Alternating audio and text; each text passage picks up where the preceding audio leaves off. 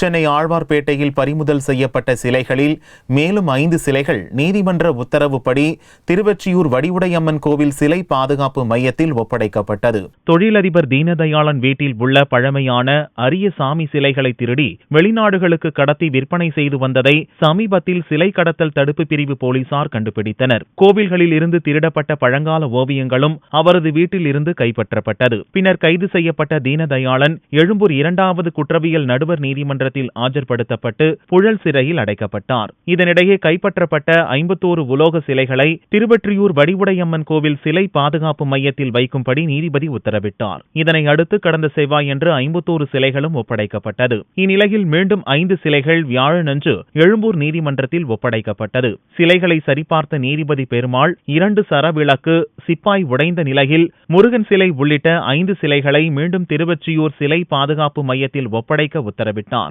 இதனை அடுத்து சிலைகள் பாதுகாப்பு மையத்தில் ஒப்படைக்கப்பட்டது. தற்போது 56 சிலைகள் பாதுகாப்பு மையத்தில் வைக்கப்பட்டுள்ளது. திருவொற்றியூர் வடிவுடையம்மன் கோவிலில் இருக்கிற சிலைகள் பாதுகாப்பு மையத்தில் ஏற்கனவே ஒரு 51 சிலை கோர்ட் ஆர்டர் படி கொண்டு வந்து வச்சாங்க. இப்போ இன்றைக்கும் கோர்ட் ஆர்டர் படி இன்னொரு 5 சிலையை கொண்டு வந்து வச்சுருக்காங்க. அதோட சேர்த்து இப்போ மொத்தம் 56 சிலைகள் இருக்கு. விளக்கு, பெரிய விளக்கு, அப்புறமா ஒரு 2 சாமி சிலைகள், அப்புறம் இன்னொரு கை உடைஞ்ச சிலை ஒன்று வந்திருக்கு.